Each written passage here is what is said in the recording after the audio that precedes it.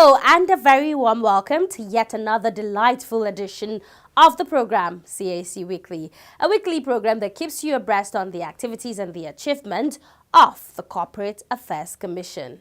I am Amina Jibril. Coming up on the program, CAC and European Union's Agent for Citizen-Driven Transformation partners to ease filing of biannual returns for CSOs. Also, Senior Staff Association of Statutory Corporations and Government-Owned Companies commends President Muhammadu Buhari for signing CAMA 2020, says it has improved CAC's revenue. Plus, company law expert brings us up to speed on the role of directors in CAMA 2020. But we will be right back after this break. Do stay with us. Welcome back. We begin today with the efforts being made to strengthen ease of doing business in Nigeria. Now, the efforts of the Corporate Affairs Commission, CAC, towards the development and integration of a platform for filing audited accounts on its enterprise software, the company's registration portal, CRP, has received a further boost.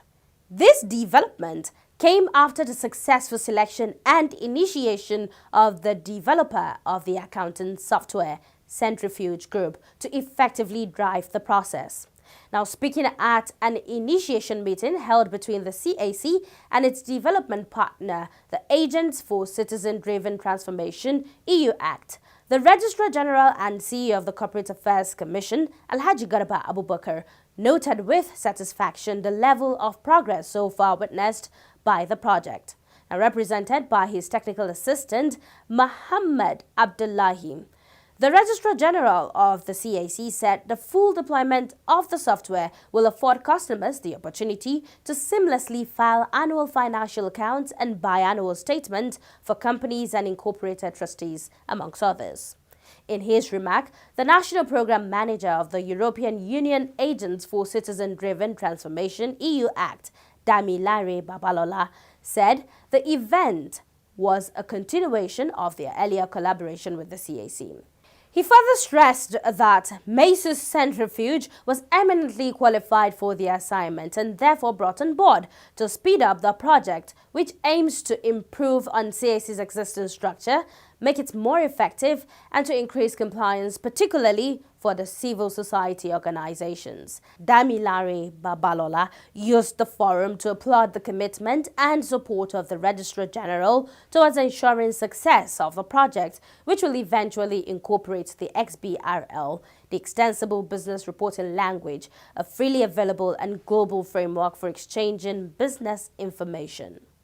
Also speaking at the event, the Group Managing Director of Centrifuge Group, Damilola Awe, thanked the EUACT and the CAC for finding them worthy to undertake the project and assured of their commitment to delivering on the mandate between 6 to 8 weeks from commencement. CAC Weekly recalls that the CAC and the Agent for Citizen-Driven Transformation, EUACT, had in January 2021 signed a Memorandum of Understanding to further complement the effort of the Commission towards achieving full implementation of the CAMA 2020. Findings by CAC Weekly reveal that one of the uses of XBRL is to define and exchange financial information, such as a financial statement, and it's a standard-based way to communicate and exchange business information between business systems. We need to identify all the reporting template that is being currently used. How do we report those, as we speak now? How is the agency reporting? What are the tools that they are using?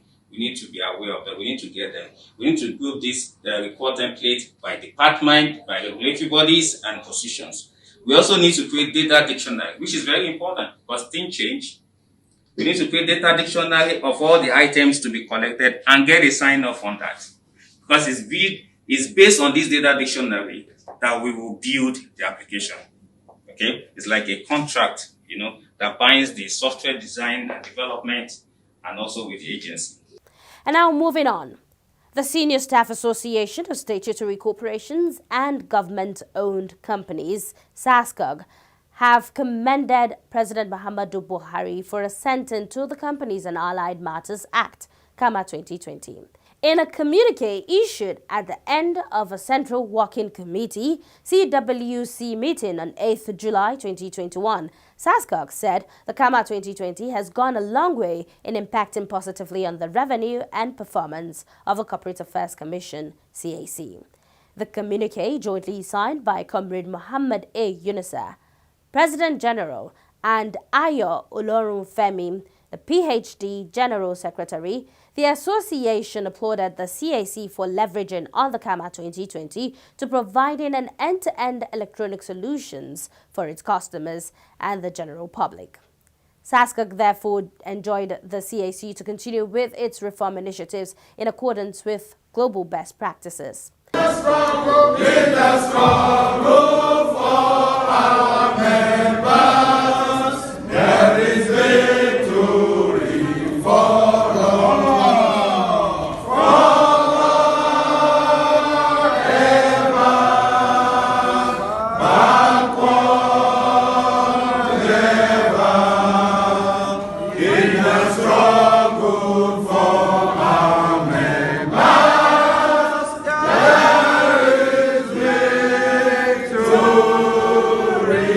The CWC of the Senior Staff Association also used the forum to further commend the federal government for resolving outstanding pension matters and increasing its contributions to workers by 2.5%.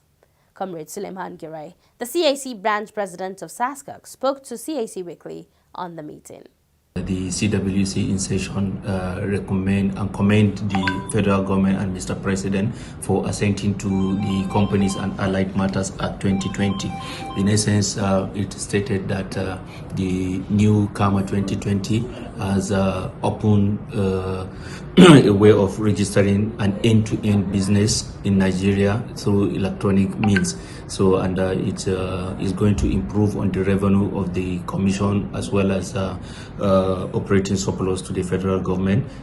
So, based on that, the CWC in session has commended the federal government for assenting the new CAMA 2020. The most important thing, many people, even the participants in the CWC has mentioned that the new innovations by Corporate Affairs Commission has make the process of registration so easy and so fast, to the extent that many people are saying that they do their registration within 24 hours and they get it right. And after the process has been completed, the certificate is being sent to their portal immediately. Let's now shift gears and talk more about CAMA 2020, the game changer. On January 3rd, 2021, the CAC commenced the implementation of CAMA 2020, a robust framework which attempts to erase bottlenecks and simplify doing business in Nigeria. Now, CAC Weekly caught up with Justin Nidia Biraol, the Director of Board Secretariat, who brings us up to date on the role of directors as specified by the law. Do enjoy watching. Good to have you again, sir. Thank you for having me again. Okay. Today we're talking about, directors in detail. Who is a company director to start with, and why should companies have directors? Company needs directors because it is a fact that companies are considered as artificial persons. Now, stemming from that is that they would naturally act through a natural person.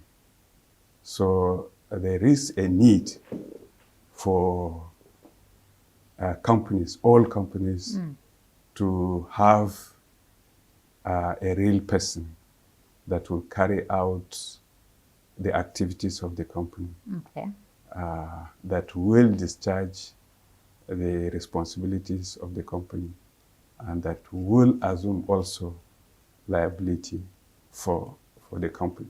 Okay, as well as the daily runnings of the company. Yeah. Okay. I know there are wide ranges of activities of a director that he or she is supposed to carry out. But what are some of his key functions? Well, a director has so many functions, like you rightly said. Or duties, if you say. Duties. Yeah. They also have various responsibilities. Broadly, we can divide the duties and responsibilities into three. Okay. One, we consider it the statutory responsibilities. Then we could consider the other class as what we call fiduciary responsibilities. Then we also consider managerial responsibilities. Okay. So for the sake of time, let's concentrate on the statutory responsibilities. Basically, the statutory responsibilities first starts with the Companies and Allied Matters Act, which requires a director to manage the company honestly in the interest of all stakeholders of the company. And by stakeholders, we mean the shareholders, we mean the employees, we mean the customers, and even the community where the company is situated. Okay. Yes, so at every point in time, the company director is required to manage the company in the interest of all the stakeholders. Okay. Yeah. Okay. Before now, companies were not required to manage, in managing the company, to factor in the concept of what we call sustainability management requirement. Okay. But under this new CAMA, directors are required, while managing the company, to also factor the requirement of what we call sustainability principle. Okay. So what is sustainability principle? Well, sustainability principle basically looks at three things. It looks at what we call economic, social, and governance responsibility, or ESG. Okay. And what that Is it basically... a case of 3 in 1? That's what it is. Basically, what that requires is that, in particular, the director should consider the issue of environment and how that company will be sustained for a long period of time so that it will continue to discharge its functions for all the stakeholders, rather than putting more emphasis on making profit for shareholders alone. Okay. Yeah. Okay. All right. So let's go to the appointments of directors. Well, broadly, two ways. Okay. One, at the time of registration, you are required as part of the registration process to fill in the name of the directors. Okay. Yes, so if it is at the time of registration, their names are captured in the registration form. But after registration, the companies are usually appointed by shareholders of the company at a general meeting. And the requirement is that it's just a simple majority, or what we call simple resolution, ordinary resolution. Okay, so now let's go to the number of directors a company is supposed to have. The small company and the not too small, or the PLCs. No, I think the approach of the law actually is that it's not automatic that when you are a one-man company, you should have one director. Okay. Now you can be a one-man company and have many directors, or will be required to have more than one director. Okay. But what is the maximum a small company, a number of directors he's supposed to have? Well, the law did not prescribe any maximum for him. That is, okay. So he can have as many as he depending on his financial capability. Yes. Okay. What about PLCs? Well, like we said, if you are not a small company, then you are a PLC. No, you are not a PLC at all. Okay. You will be considered as a company other than a small company. Okay. Or in a layman's language, a big company. Okay. And those categories of companies are required to have a minimum of 2 directors generally. Okay. Yes. But for a PLC, they are required to have what we call minimum of 3 independent directors. Okay. And what that means is that if you take the independent directors as non-executive directors, then what it means is that in addition to the 3 independent directors, you could have other directors that will hold what we call executive positions. Okay. Yes. So who is an independent director? Well, there is a definition of an independent director, and the requirements are that one, a person who was in the employment of a company Okay. in the last 2 years will not be considered as an independent director. Okay. So in which case, he will not be qualified to be appointed as an independent director. Okay. There are other requirements, like for instance, one, if the person holds what we call direct or indirect interest in a company that has received payment from a company that is above 20 million naira, then he will also not be, he will not qualify as an independent director. The same thing also for a person, a real person now, who has paid or has received payment from the company that is above 20 million naira. Okay. So in the last 2 years, then another requirement is that he should also not have been an auditor of the company in the last 2 years. Then the last one is that he should not have been either a director or a partner or an officer of a company who is in partnership with another company. How popular is the concept of independent directors? Well, the concept of independent directors is required for public limited liability companies. Okay, that's the PLCs. PLCs. Okay. It's not mandatory for other category of companies. Okay. Yeah. Okay. So let's go to the rotational principle in the tenure of directors. So we have rotational presidency now. We have rotational directors. Is it a case of north and south? No, rotational principles from the perspective of a company is not like the political law. Yeah. Basically, what the rotational principle is that companies are allowed to prescribe tenure for members of the board of directors in their articles of association. Okay. But if they fail to do that, then what we call the default provisions in the Act will apply. Okay, what would be the ideal tenure for a director in a PLC company? No, or a limited liability company, or the companies are allowed, is at their own discretion? It's at their own discretion. Okay. Yes. And you can be a life director? You can be a life director. But that doesn't mean you will not be removed? No, you can be removed. Okay. You can be removed. All right, so if I'm a life director, why should I be removed? Well, the law gives the shareholders who are the owners of the company to remove you. Okay. Yes, if maybe you are not performing.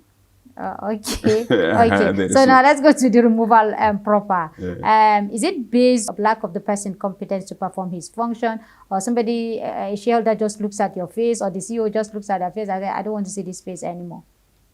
No, not necessarily. The law does not compel them to give reasons why they should remove a director. Okay. So the CEO can just wake up one morning and say, go? No, the CEO is also a director. Okay. So the power, what we should understand is that the power to appoint and to remove directors lays with the shareholders. Okay. And that they are required to do at a general meeting. Okay. And the requirement is that it should be a simple resolution. Okay. Yeah. All right, so let's go to the separation of the office of the chairman and that of the MD or the CEO. Is there a clear difference? Yes. The ideal is that the chairman should actually be a non-executive director, Okay. while the CEO is an executive director. Okay. In certain situations, the CEO and other executive directors are employees of the company. Okay. Yes. So the risk actually is that if you merge the office of the two, that's the chairman and the CEO, you will lose some aspect of objectivity. Okay. That's one. Two, there will also be a concentration of power in the hand of one person, because the chairman is supposed to actually check Okay. the CEO. the CEO. Okay. So if he is same person that is CEO, and then the question arises as to who will now check The other. The other. Okay. Yes. Okay. Sometimes you have conflict of interest between the chairman and the CEO. How is that resolved? Well, like any other. Because you hear CEO say the chairman is overbearing. He's taking over my function. I'm sure you heard all of that. Well, that will be for a board that did not take time to develop rules of engagement. Okay. But in modern times, boards are required to have what we call board charter. Okay. And in that board charter, the responsibilities of the chairman and the responsibilities of the CEO Are clearly spelled are out. clearly spelled out. Okay. So ordinarily, that will help to deal with conflict that might arise between the two. Okay. Yeah. So now let's go to the register of directors. Yeah. Is it like the normal register that we know? Well, the register is like any other register. Okay. Yes, there are requirements of what should be contained in the register. Okay. Of recent, we have additional requirements that, apart from the register of directors and the register of shareholding of directors, which were required under the old legal regime, there is now an additional requirement that there should be a register of directors' address. Okay. And the new requirement makes a distinction between what we call service address and residential address. Okay. Yes, and that under global best practices, the residential address are actually supposed to be encrypted. And what we mean by encryption is that it's not supposed to be disclosed to the public until there are certain genuine reasons, particularly arising from law enforcement responsibilities, that you can now disclose the residential address of directors. Okay. So multiple of directorship in PLCs. That's a huge issue, isn't it? Yeah. It's a huge issue because it is a new concept that came with the Companies and Allied Matters Act 2020. What it requires is that a person should not be a director in a public company, in more than 5 public companies. Okay. And the idea actually is that it is assumed if he exceeds that number, he may not be able to give adequate attention to all the companies. Because being a director will require that you attend meetings, both directors' meetings and general meetings. Then there could be some assignments that you would carry out for each of the requirements. Okay. So it's assumed that if that number is exceeded, you may not be able to give adequate attention to the duties and responsibilities of the director for each one of them. Okay. And also, those before now, those who are directors in more than 5 companies when the act came into force are required within a period of 2 years from the day the Act came into effect, that's 1st January 2021, within 2 years, they should disengage and restrict themselves to only 5 public limited liability companies. All right. Mr. Nidia Justin, I'm afraid we just have to leave it here. Thank you very much indeed for your time, sir. Okay, thank you. It's a pleasure. And on that note, we wrap up this week's edition of the program CAC Weekly. We do hope you enjoyed watching. Remember, for comments and inquiries, please take advantage of our social media handles and our helplines. On Instagram and Facebook, it is Corporate Affairs Commission. Our email is cservice@cac.gov.ng. You could visit our website on www.cac.gov.ng. And our helplines are on the numbers 081 822 99016, 081 822 98971, 090 874 01598, or 090 874 01599, and 090 874 01600. Do join us next week for another interesting edition of the program CAC Weekly. Same time, same station. From me, Amina Jabril, and the whole team, it is bye for now.